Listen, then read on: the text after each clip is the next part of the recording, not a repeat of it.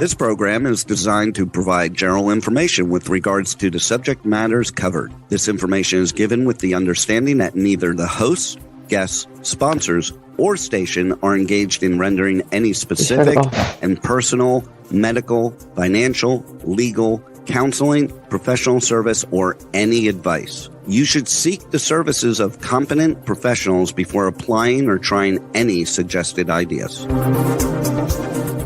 Welcome to Behind the Scenes, for your half-assed entertainment news with no bullshit, with our hosts, Summer Helene and Bear Fiorda, only on Talk 4 Media. G'day guys, welcome to Behind the Scenes. I'm your host, Summer Helene, and we are coming to you live from Sydney, Australia. For me, I am hiding, I'm back home, I'm like trying to hold my iPad. I say Alexis is. Alexis is currently holding my iPad, she's thrilled. Can I show your face? No, she will not let me show her face. So she's completely thrilled. And of course, we have live from California, my co-host, the man that choked on crickets. Because why the hell not? That's not. It's Pickle Bear from the past couple weeks. It's not Pickle Bear. It is. No, you are choked on a cricket bear. I'm cricket choker. Cricket choker. But on the plus side, it sounds like I go around choking crickets. I know. Well, it sounds like you're a cricket murderer. I'm trying to look. I'm trying to add more light in different ways. I'm like, this is just not working. But no, really, this is better. So you're a little dark. It looks like you're kind of telling scary stories because the light's coming from underneath you. I'm using this. I'm at an Airbnb. That's way too much light. And what Bear has to eat today? Oh yes, chicken lollipops. You want me? I'm just saying. Like I'm trying, man. It's right here. They call them palito asado paleta. Chicken lollipops, basically. That is the worst Spanish accent I've ever heard. It's not a Spanish word I'm used to saying. I could say Spanish words decently if I've been practicing them since I was a child. Like agua and gracias. See? Very simple. How do I say you're a weirdo in Spanish? Lex, how do I say you're a weirdo? Eres raro. See? My Spanish is perfect. I have a translator from Peru. We'll eat that in a minute. But guess what we're doing? Chicken. It's shaped like a chicken. You're going to try a chicken lollipop. And next week, you're going to be trying balut, which will be fun, which is a cooked, half-fertilized duck egg. We're going to try regional foods next. He's going to love it. So not even trendy foods, just foods from around the world. We're doing that next. We've run out of trendy foods. Now, how is this chicken lollipop? Tell me what it tastes like. Not like chicken. What's it taste like? It's a bit sour. Maybe you gotta bite it.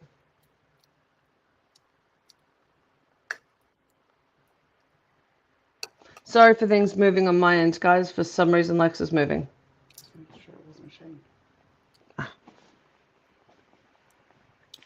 It's just sour. Eat some insects. The response is eat some insects from Theo. It doesn't really eat some insects. I'm done with the insects. Jesus Christ. Oh, you know what? It's not only sour. This is burning my throat. We have more insects, just not today. Well, bite it. See if the chicken's inside. There's no chicken inside. Just bit it. What's it taste like?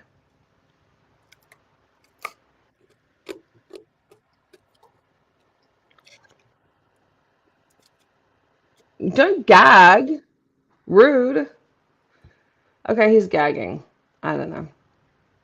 Oh, I'm sorry. That was gross. It's sour.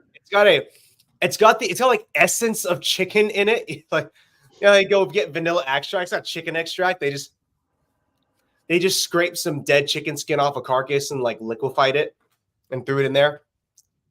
And how is it? The sourness is the best part of it, and that's a solid 3.5 out of 10 right there. Okay, so chicken lollipops, 3.5 out of 10. Yeah, boy, that's an acquired taste, much like the balut you want me to eat next week. Now, that being said, if you guys can send, if there's something you want Bear to try and you send it, it has to be prepackaged and come from the company. We can take it at P.O. Box 3114, Palm Springs 92263. So Palm Springs, California 92263. That's P.O. Box 3114. But the rule is it has to be prepackaged, come that way, and needs to come from like Amazon or whatever. We can't take stuff that came from people's houses. What would we do, Alexis, just shouting out information that we don't have? Alexis is helpful. And that way, if you're box somewhere in Palm Springs, take your best gift. That way, if your fans want you to eat more bugs, you can. Listen, if anyone sends me a spider, it's not happening. I do not eat spiders. It's not going to happen. Yes, it is. Don't make that face. Shane Mosley will all-ite at you if you don't eat insects. I don't know what that means, but I'm still hopefully not eating any more insects. It's just so gross. Shane Mosley is going to be on the show today, and he says you have to do it. I don't want to eat insects. Although, wait. You said Shane Mosley's on the radio show? Yeah, Shane's on today, right? Shane Mosley's on the radio show today. This is a wonderful surprise. I thought it was Pearly Things today. No. I think Pearly Things is next week. She shifted. Okay, no worries. I mean, listen, it's so much easier to have Shane on this show. I wrote down notes. I don't take notes, by the way, most of the time, guys. I usually have a good understanding of the person I'm going to talk to, so I have kind of like things I've worked up in my head over the past few weeks looking them up. But with Pearly Things, there was so many ways that she would kind of construe truth and information and throw things out randomly, and she misconstrue is the word you're looking for. She would just throw things out there that had no facts or have no basis. So I actually went and did like a bunch of research, wrote down a bunch of notes, because I'm like, all right, if she says this, then here's this. She says this, here's this. Because I was expecting. Well, my thing with just Pearly Things is she's like, you what is it? If you're in your 30s, you know, successful, attractive men aren't gonna like you. I'm like, I don't mean this in like a bad way, but just the hosts of this show kind of disprove everything you've said. Because by her standards, you are the ideal man. You're attractive, you're good at your job, you're, you know, in that prime age. Oh, stop flexing. And by her standards, I'm not a stay-at-home. I'm, you know, successful in my career. I'm in my 30s. You're in your 20s. Like, no, as I'm saying, she basically, you were everything wrong with modern women, is what she would say. Yeah, pretty much.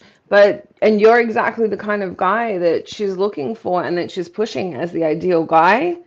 But like, you're literally in a relationship with me, and it comes down to, okay, so what then? Like, well, I don't think I'm the ideal guy in her mind, only because she's like, you know, I would stand for things that she finds abhorrent according to her, for as far as women go and how relationships should work. She's usually promoting how women. She can say that, but her ideal on men is that you guys,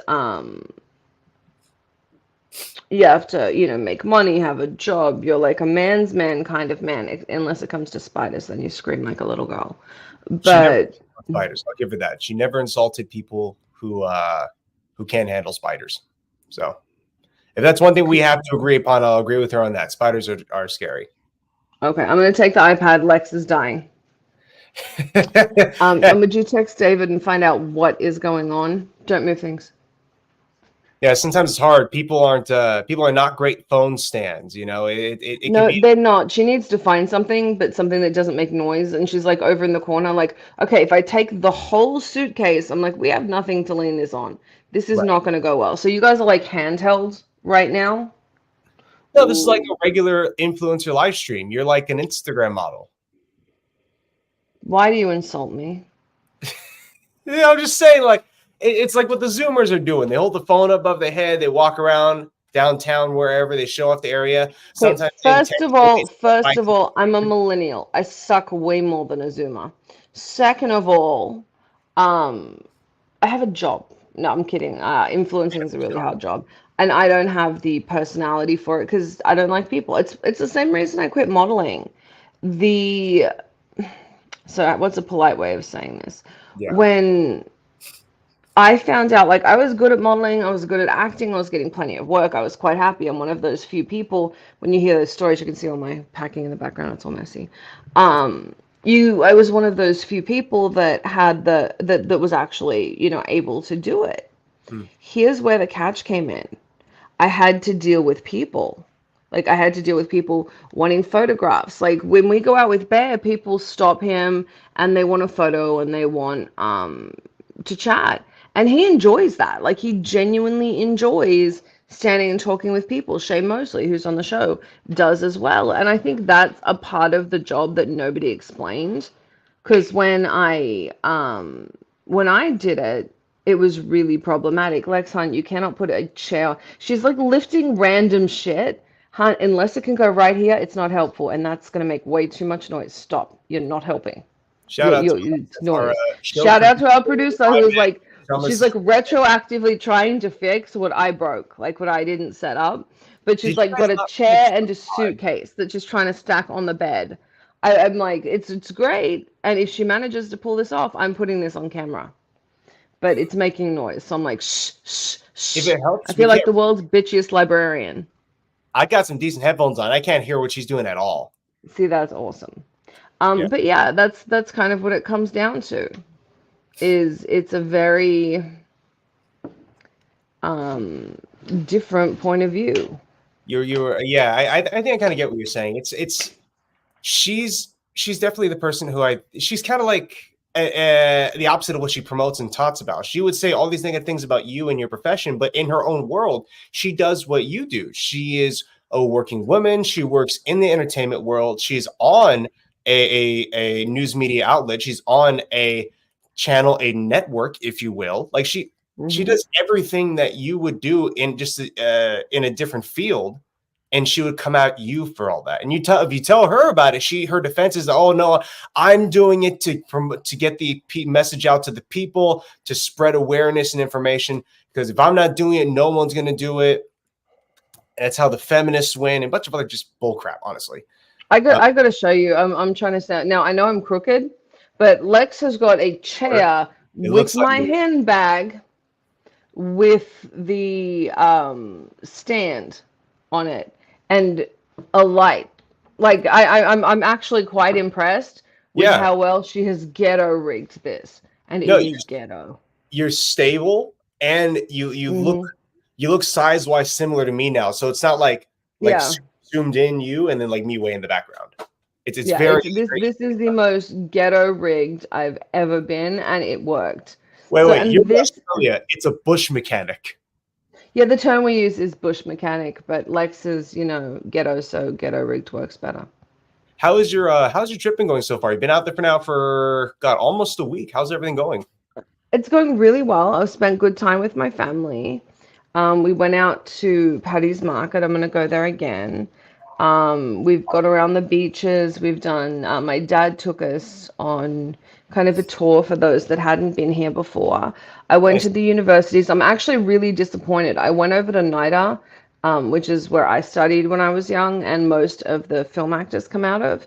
And oh my God, they're not doing the film programs anymore. They're focused entirely on stage. Really, like I was coming in offering jobs with BBC to these kids, and the whole thing is they're like, man, but the teachers will take the jobs. That's interesting. So I wonder why they would have cut the programs. Is it film just not making? Is it? Yeah, I was gonna say, is it not? No. It's so I went to the University of Sydney, and I'm also going to deal with the University of New South Wales, and I'm going to offer them a job.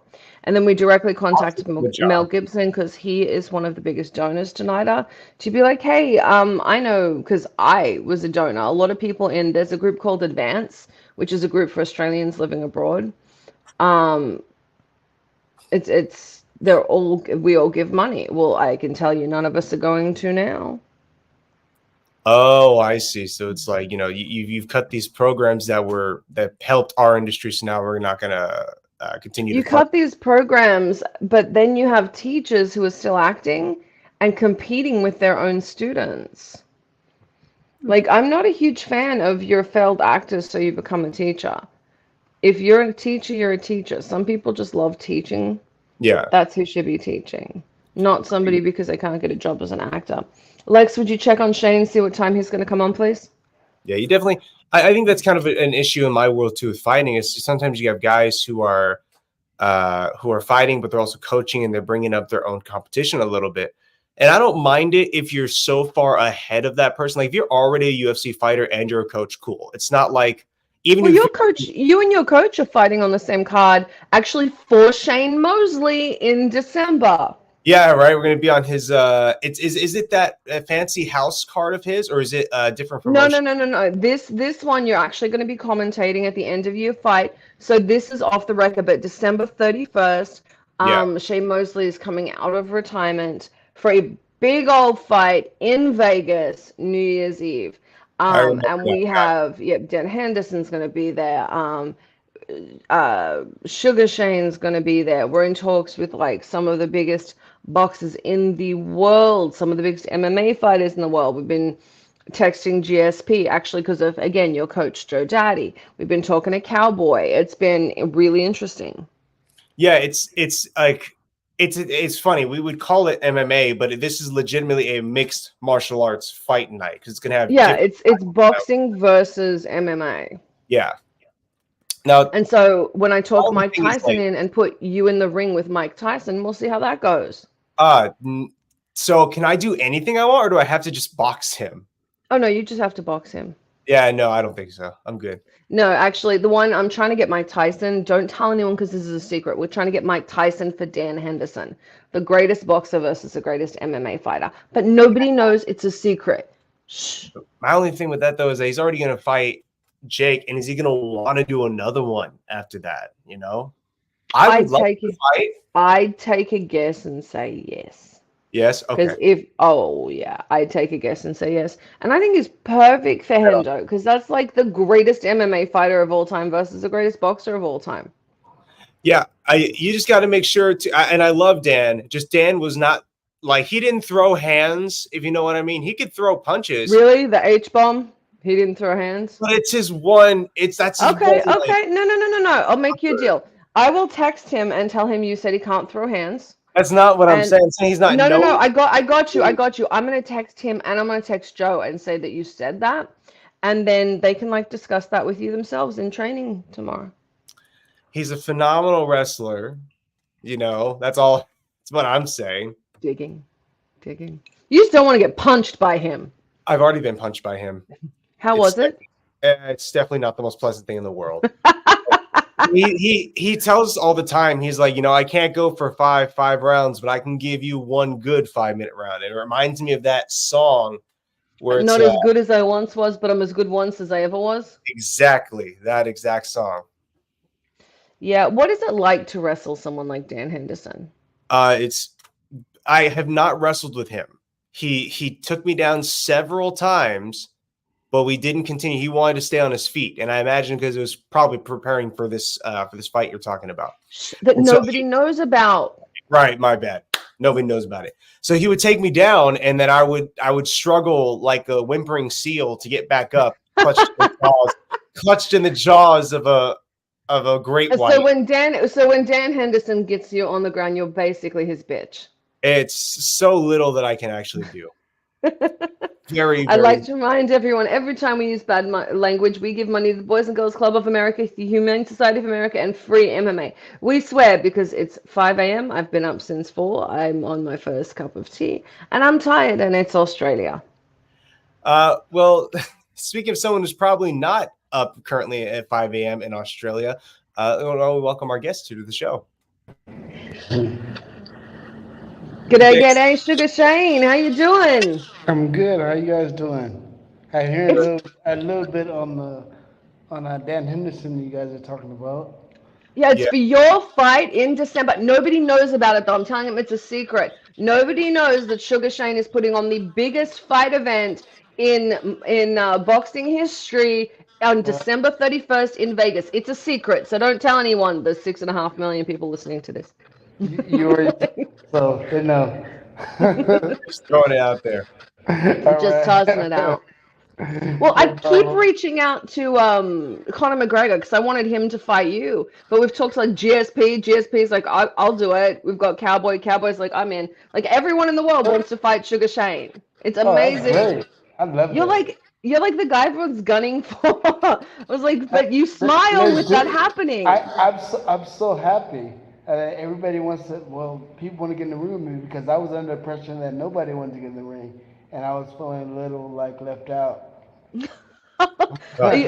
I gotta tell you, I'd have a very different reaction if someone was telling me like, yeah, I talked to GSP and he's good to go, Cowboy's good. Like there would be a summer-shaped hole in the wall. Nothing in the world would get me in the ring with them or with you. You people are crazy, both of Um, you. well, maybe they believe that they can win. They can do something. I mean, sometimes people look at my height or, my that I'm not too, I guess, aggressive or whatever, and they think that they can do something. But no, they can't. So they mistake sweet for not so dangerous. Exactly. That brings up a good point. You personally, you've been around in boxing forever, but you've also won numerous titles over across multiple different organizations. What do you think about when you step into the ring for that title fight? You're defending or going after the belt. What's kind of running through your mind when you look at your opponent? I hear feedback from somebody.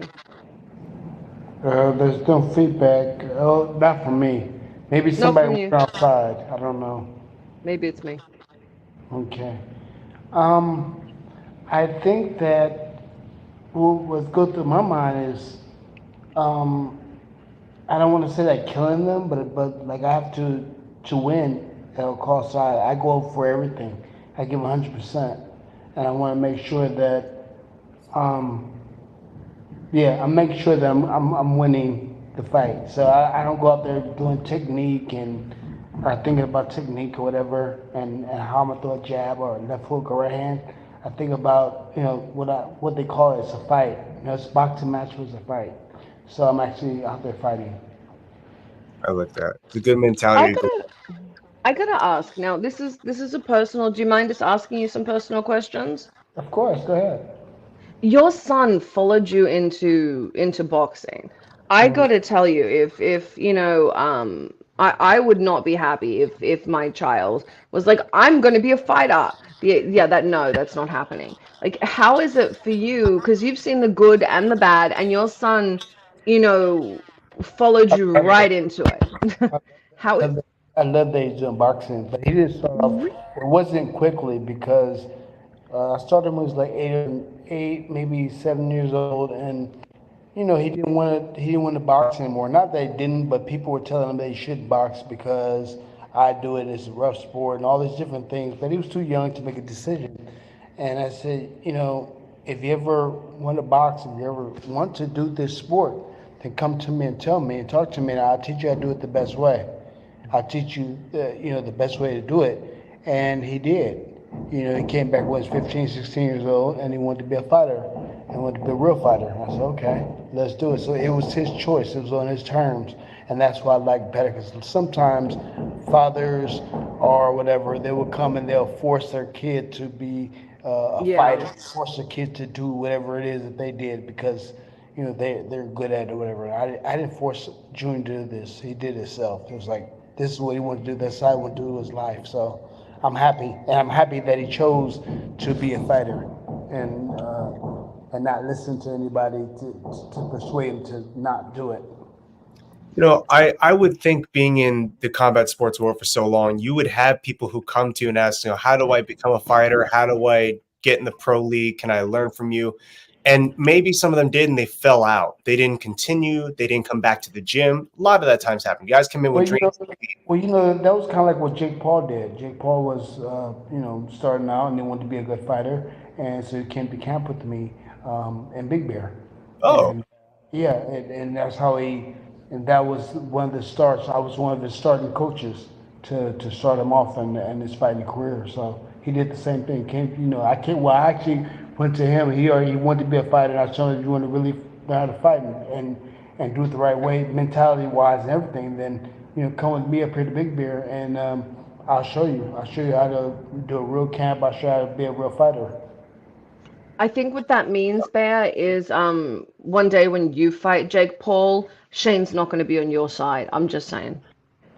Oh. I'm just well, I don't know if are you gonna fight Jake Paul? Well, no, we haven't. That hasn't been discussed yet. Wow. See, We haven't been able so to put that so out. it's like this, you know. I love Jake Paul, and I think he's a great guy and great for boxing. But like he's fighting Mike Tyson, and I know Mike Tyson too. I like Mike Tyson as well. Are you Um, willing to? I'm so not. so You guys are. so, so Is I'm there not like? in it. Is there like a crazy gene? And I don't mean this in a bad way, but like, what makes you guys do this? I mean, Bear gets in a It's cage the in adrenaline, it's like tiny little. adrenaline rush. It's like, I equate to like, I remember my son jumping out of the airplane at 15,000 feet, and I'm like, that has to be what it feels like. Like you getting ready to jump out of the airplane for the first time, and you open up the parachute, like it's like a leap of faith or something. I don't know. Yeah, no, it really is because I've done both. I fought and I've jumped out of a plane. Very similar emotions run through your head as you're exiting out. Exactly, right? I felt Yeah, that. I didn't jump out with my son. I just kind of looked at him and said, okay, take me down with the plane. I'll come down with the plane, but I'm not jumping out of that plane, tandem with somebody. No, I don't need to do that. I was a little older too, so I was like, maybe I was younger. If I was his age, I would do that, but I'm not doing that. yeah, it's All different. I'm getting from this is you guys are crazy. Yeah. Shane, Hey, you know what? You have to be crazy too to be a fighter. really? Okay, Yeah, a I can little see bit. that. Yeah, you got a little bit crazy because to think that you're fighting another person and you just go out there with all these people like watching you and stuff like that. Like there's a little bit of craziness to you. Like normal people, like you say, won't just walk to the ring and be like, you know what, I'm gonna fight. They won't do it. So you have to have a Oh hell little bit of no. craziness to you. I So can say if I somebody think came you're up right. to me and was like, "I'll give you some money to go get punched in the face." I'm good at Yeah. making money. I will make money elsewhere. I do not need to be punched in the face to make money. Nah, Yeah, you guys are nuts. I don't know if it's about the money. I think, well, for some people, it's about the money. And that's not a good thing when you fight for the money. You should be fighting to be the best and to beat the other person, because you want to be better than the other person, the other opponent. So that's why I fought, and I believe that Gotcha. beating the other opponent, I'm going to get a lot of money anyway, and we had greatness and stuff. So that's what I want. But I wanted to be the best. Though that was my key thing, is being the best. I had to beat everybody. I like that. That brings me back to what I was talking about earlier with your son when he was training under you for the first time. Right. What was there a moment when you looked at him and thought, this is he's going to be great? Did he do something, or did you see something in him when he was training and really gave you that idea? Well, what gave me the thought that he's going to be a great fighter is when he changed his mind about the box. It wasn't that he's fighting under me or under my shadow. He's fighting for his life. He's fighting for his own family. His babies, his kids. For him, and this is for him. Now it's not. It's no longer. He is my son, but he's no longer my son.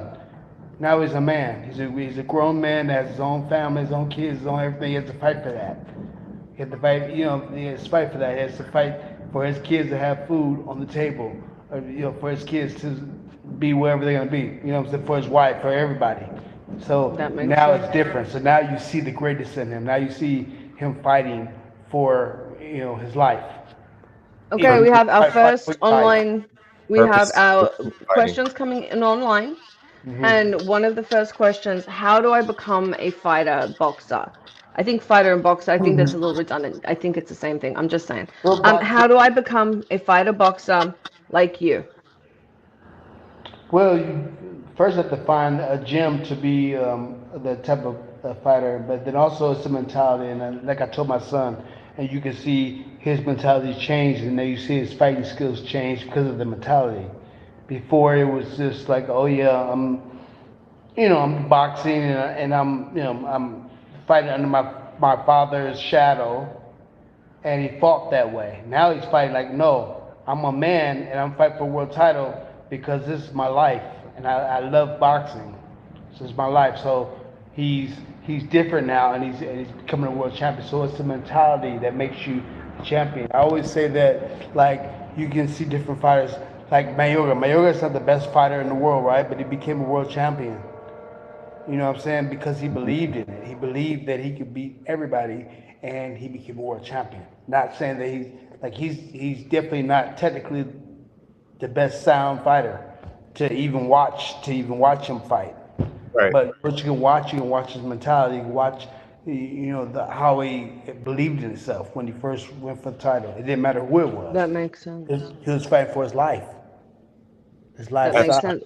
You Now, know, what mentality do you think people need to have? Is it that fight for your life mentality? When you say it's mentality, what, so we have people so from all different facets of the entertainment industry, and something that watch this show and something I tell them is mentality. It doesn't matter what job you're in, is everything. mentality. So, well, it's everything. Mentality is everything. So, when I say mentality for a fighter, I used to look at animals and watch the way they react to life.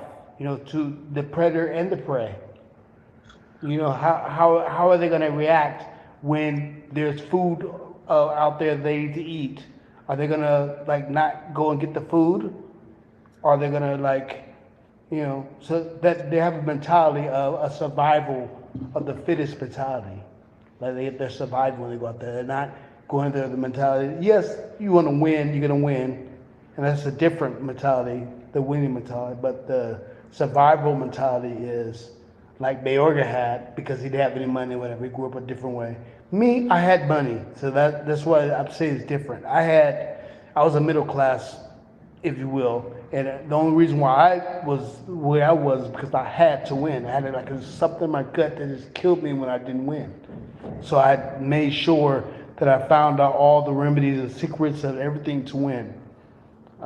When I got a little bit, and I did also for my family as well, because my sisters, my father, my mother, everybody, I didn't want nobody to work. So I'm like, you know what? I'll make sure they're not gonna ever work again. They're not gonna ever need money.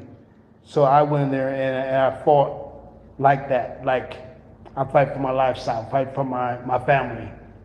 That's I wonderful. don't I don't think people realize when one person gets successful, and this is something I really try and stress, and you hit the nail on the head. When one person gets successful and one person gets money, it changes the entire socio-economic demographic of the family, because that spreads out. It opens opportunities, it opens doors, it helps everybody. Your whole family's life is changed when you Yeah. have somebody like you, Shane, that has come to this next level. You're one of the most famous fighters in the world. You were just put in the Boxing Hall of Fame. I mean, you're incredible, and that changes everyone's life. What's the one secret to getting in there? That if you got to give everyone one thing and say this is it, this is the one thing that you need to have, what is it? It's really that belief system, putting that energy out there that you're gonna do whatever you say you're gonna do, because we all have abilities to say the energy to say what we're gonna do, and put it into the universe, and let the universe, because we're all part of this system, the God system, the universe system. So you can use this energy that's out there and say it and believe it. Not just say it, but believe it, and walk through it like it is, like it's happening, and it'll You're happen. talking. It'll happen. It happened with me. I thought that I was like Superman or something when I was like 6, 7, 8 years old. I told my mother and my family, I said, I'm gonna be world, I'm gonna be great when I was 10 years old. I let them know that I'm gonna be great, and I believed it. It wasn't that I just said I was like, oh, I'm gonna be great. No, I was like, I was great. I believe like I was a superhero or something. Like nobody can do anything to me. I was jumping off of roofs and doing backflips off the roofs and fences and stuff. And like I was one of those kids that had to be the best. I had to do whatever it was. I wouldn't say I thought it was God, but I thought that I was a superhero, that I could do whatever I thought and said. I can do it as long as I work hard at it. So I think that put it in your brain, saying that I'm going to do this, I'm going to do that, and really believe in it. Yeah, it can happen. I think Floyd did the same thing. Floyd was like, oh yeah, I'm going to be great, I'm going to be one of the best. I heard that people in the Olympic team said Floyd says he's going to be one of the greats. And look, that's what happened. Yeah, You- I will. This I will year. say on Sugar Shane's fight night that we are not announcing December 31st in Las Vegas. Casey Thomas, she's got a reality show being done about her. She does the Oscars, the Emmys, BET Awards. She does that. She's actually producing the live event. She produces all major live events in Hollywood. Nobody knows that. Right. And the first thing she asked, she's like, "Is Floyd involved?" I'm like, "Why?" She's like, "Because he's a friend of mine, and I know when he finds out that Sugar Shane's put on a fight and he's not invited, he's gonna be pissed." I was like, "Invite him." Well, maybe they could change it to me fighting Floyd. Yeah, I don't or doing the Ooh, experience with him. That could be good if he wants to be involved. Let's just do it. Let's do it big. okay, we'll Call call it. Let him know. Floyd. Like if he wants to be involved and do it, then maybe he can be the one. I It was doesn't matter. after Conor It doesn't McGregor, matter to but me. Yeah, it Making doesn't okay, matter. history Floyd. here. But that's something I don't think people realize is how small. So I'm from the film world. It's very, very small. Everyone kind of knows everyone. The boxing world's the same way. I know Bears in MMA. The MMA world's the same way. In these very specialty jobs, the world's very small. You kind of know everyone.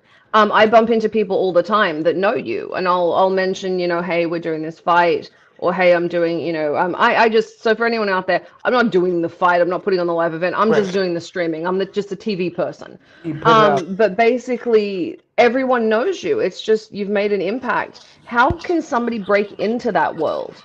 That's the question we get all the time, is how do they get in? That I really don't know. That I mean, it felt weird. It felt like it just happened.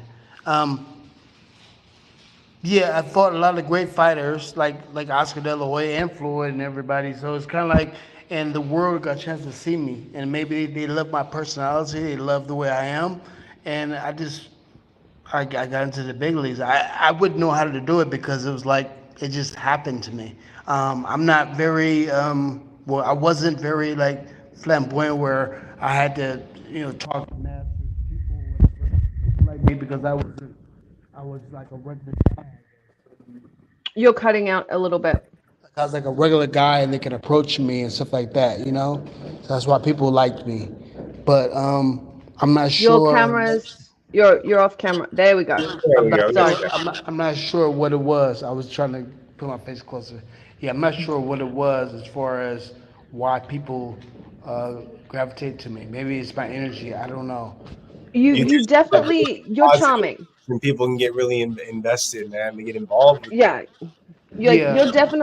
you're definitely charming. And I gotta say, like, Thank you. Bear's following is totally Gen Z, and he's MMA. But when we went to, when I met you guys and we were having dinner and we were talking about the fight, Bear's like, "Wait, you're with Sugar Shane?" Straight shows up at the restaurant uninvited to try and get a pic with you. I'm like, I was probably sitting out in that parking lot for about 30 to 40 minutes before she's like, "Okay, here's a chance. Come in and say you hi." can come in now, I It was no asked. problem though. I had no problem with that. Like, Thank you. and I think But yeah, and I think that's what people like me because it's like mhm, yeah, I'm not one of those celebrities that are like, you know, with their nose up in the air or like are that's not it. approachable, whatever like that.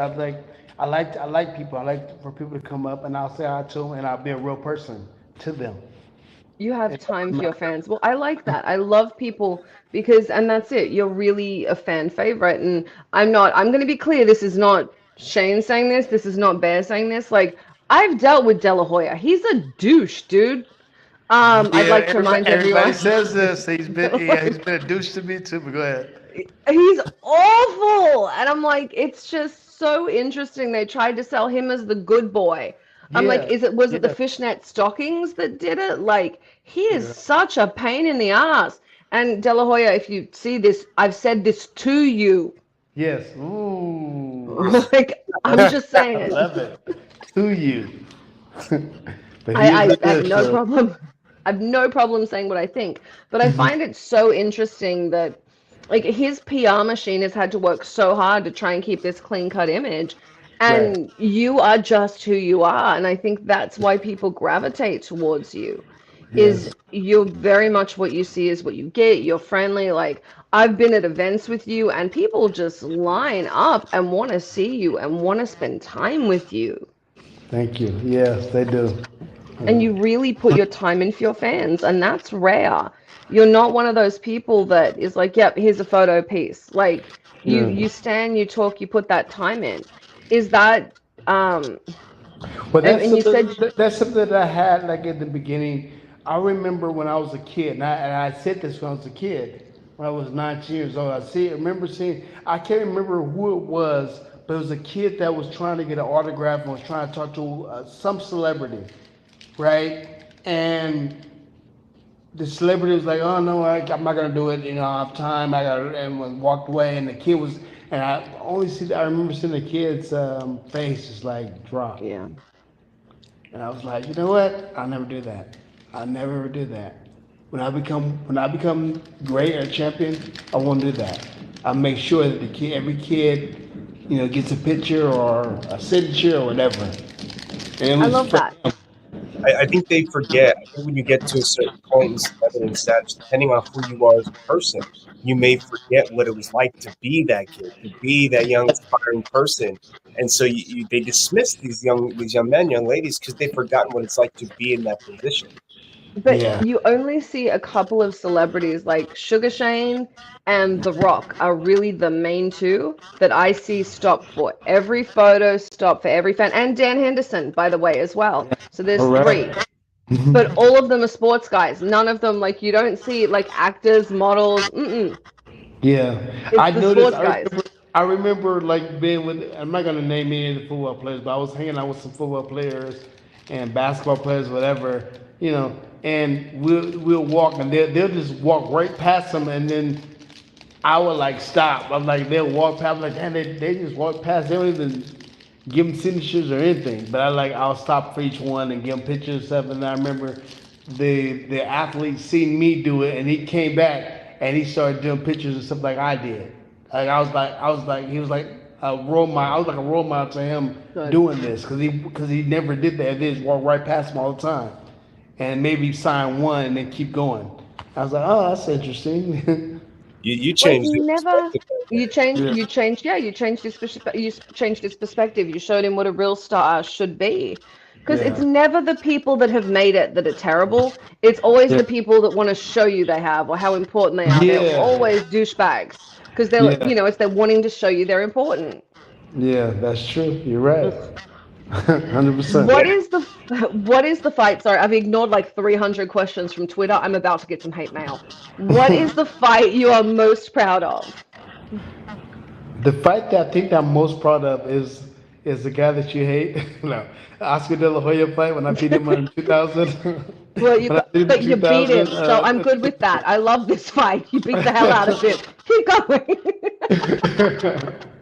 Yeah, I believe that was my best fight. That put me on top as far as the world. I beat him when we was kids, so people just didn't know that when I jumped from 135 to 47, that I was actually bigger than Oscar and the amateurs. So everybody thought that Oscar was bigger than me. So, oh, he's too big for him. He's bigger than him. He's not gonna be able to beat Oscar. But it's like, no, I was actually bigger than Oscar, and I'm older than Oscar by a year. Oh man, you got that big brother energy going. Really? Hang on. Hang on. I gotta look at this. I was the number one guy. I'm like, you're older than you look so much younger than him. And I'm not just saying this because he's had way too much Botox and filler. I'm just saying, like, you look. Oh my God! Look at his face now. He had a ton of Botox and filler. Way too much work done. Who's that? Oscar? And I've got Botox and filler. And if I'm telling you you're overfilled, yeah. Wow, he does. He is kind of filled. Yeah, but like, you look so much younger than him. That really caught me off guard when he said you were older than him. I'm a year older than him, but he's because he's like 51 or something. I'm 52. Got it. You talked about your amateurs for a second when you discussed how you beat Oscar back when you guys were kids. What was it like coming up in the amateur divisions for a boxer? Because I know for me, I get like one fight every few months if I'm lucky, man. Like, because I was fighting every week. I fought every week. I fought every single week, and basically, I was the number one guy here in California. I was the number one guy in the country for a long time. Like from '89 to '92, I was the number one. I was number one in the country from all those years, and I was number one in my state since I was like 9, 10, 11 years old. So I beat Oscar. Oscar was following me around trying to get a fight with me because I was the number one guy. But people didn't know all that stuff. I was always the number one guy. Yeah, man. You know, just didn't get that. I didn't get that notoriety until I fought Oscar, where people could say, "Oh, he's a great fighter." But I was before Oscar. I was before Floyd. I was before all of them. Right, right. You know what I'm saying? So I was, and I've always been the number one guy. You kind of transcended the ages right there, like you said. You came before Yeah. all these greats, but you've also still gone on. In Mayweather's case, you were fighting during his time. In Oscar's case, you Right. beat him out. Right. You've been in the scene forever. And and you're still popular, and it's amazing. Exactly. Like you've really, really like you're a boxing staple. You're a fighting staple. Who did you admire most as a boxer coming up? When I came up, the reason why my name is Sugar Shane is because I was wearing Sugar Ray Leonard gloves. I was wearing That's Sugar Ray his Leonard. favorite boxer too. Yes, my favorite boxer. I was wearing Sugar Ray Leonard gloves, and they started calling me, man, you like little Sugar Ray. We'll call you Sugar Shane. So they started calling me Sugar Shane. So that's how I actually got my name back in the day. I lied. I was That's actually going to so ask you cool. how the name came about because we always had. There's a few different boxes throughout time who've had the name Sugar, like Ray Robinson, Leonard, so on and so forth. There's even Right. a Sugar in the UFC, is Sean O'Malley. So Sugar, yeah. Sugar Shane, yeah. it's But this was given, so I didn't give myself the name Sugar right, Shane. It right. wasn't. It wasn't like I said, "Oh, I want to be Sugar Shane." It was like we're calling you Sugar Shane. And they Yeah. called me in the boxing when I was an amateur, like 10, 11 years old. We have Sugar Shane Mosley. I was Sugar Shane Mosley back then. When I fought Oscar back then, I was Sugar Shane Mosley. I love that. I think that matters more when they give you the nickname rather than you trying to like brand yourself. Right. That's really cool. It does. So they give it to me, and I took it, and I just like, all right, all the way through my whole boxing career. Yeah. So why Leonard? Why was he the one that stuck out for you? Sugar Ray Leonard, he was like the poster child as far as the poster boy, as far as, you know, he can box you, but at the same time, you know, he can go in close and fight you in close, and he can knock you out. But he was so classy, so smooth with the boxing. I actually love to move around the ring and box really good too as well. I think growing up in California, you know, more Mexican style fighting, they want you to stay right there. So I learned how to stay right there and fight. And that's why I'm such a great fighter, is growing up in California, learn how to fight in close. But I can also box too, so I was a threat. It was like a threat. Yeah, Boxing and standing close and fighting. you definitely you had the movement, you had the infighting work. You were a troubling person to go against at any point, but did you have a fight where you're like, oh, this guy's really fucking good? Like you got in there, you went a round or two with him and thought, damn, this is going to be a tough fight. Well, when I got older, and I fought, when I was fighting Canelo, I was thinking to myself, oh man, I thought that I was more experienced than him, but I thought that my experience can take him over. But he was too young, too fast, and I just couldn't. The counter punching and everything was good. I just couldn't get in, and it's probably because I was just too old. I couldn't match it with the youth thing, but he was very sharp though. Canelo was really I really got sharp. it. Canelo is all about speed, and he keeps everyone out. Like, did you watch his fight? Was it like a week ago? He just I had was one. actually at the fight, yeah. Yeah, like that seems to be his thing. Is he's just got a whole like, no, I don't want to be punched thing. Well, he got that from Floyd, I think, not wanting to be punched, right? Really? Yeah, because Floyd came in with the whole this Money Mayweather, make money and don't get hit, we hit but when fight. So he came in with that philosophy. But before he was Money Mayweather, he was Pretty Boy, and he was going there trying to knock people out, doing it the right way. But then he came up with the thing, okay, I'll make money now, and then I'm not gonna get hit, and I'm gonna save myself.